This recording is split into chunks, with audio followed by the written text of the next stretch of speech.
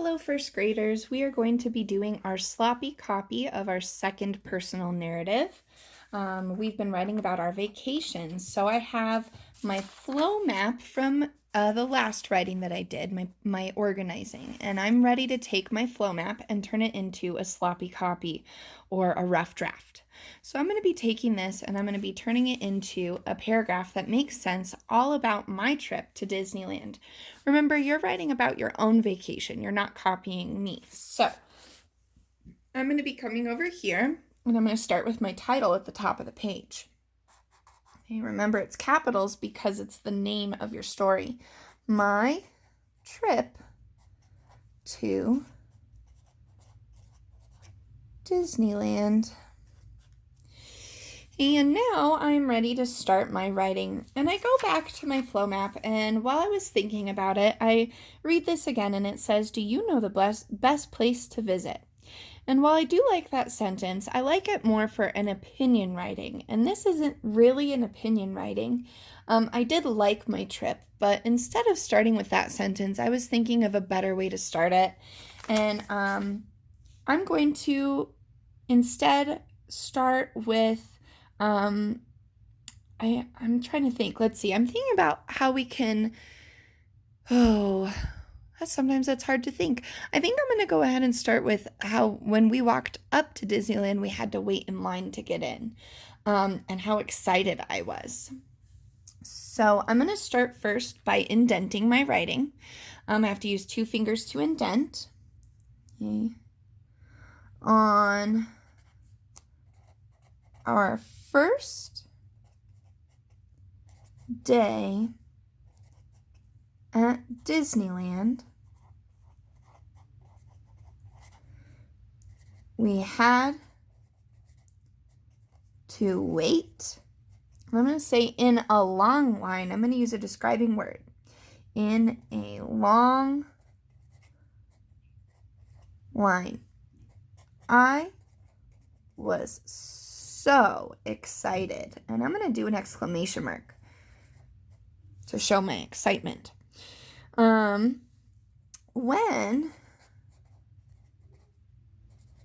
we got in, we ate some yummy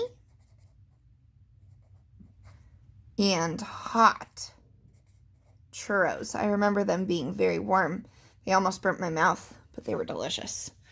Yummy and hot churros. Next, and I said next we rode on some rides. That's what I put here. Instead of that, I'm going to say next, and I'm going to list the name of the ride. Next, we rode on Splash Mountain.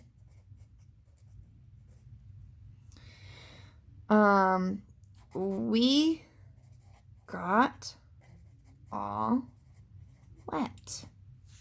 It was crazy. We got so wet. I'm going to say at the end of the day, because we rode a lot more rides, we ate a lot more food. I'm not going to write about everything, but I'm going to continue on to tell about the end of our day. I'm going to say at the end of the day, we saw a beautiful, that's a good describing word, firework show. And then I'm going to end with, I think I'm just going to go ahead and end with, it was a fun day. In my planning, I said last we went to the hotel to sleep, but I'm thinking about that, and that's kind of a separate area than at Disneyland. So I'm just going to end my writing with, it was such a fun day. Was such a fun day. So I did a pretty good job brainstorming my writing. I kind of got stuck at the beginning, and it's okay to get stuck sometimes as a writer. What I would recommend is really taking your time and thinking about what people might want to know about your trip. When you're writing about a trip or a vacation, it's also important to think about one day or one moment instead of writing about the whole week. Sometimes when we write about a whole week or even a month of time, it's not quite as descriptive as when we write about one day or one moment. Taking that one day and one moment really gives better describing words to the person who's reading, so that way they can picture your trip just as if they were there. I hope that this helps you. Go ahead and give your sloppy copy a try.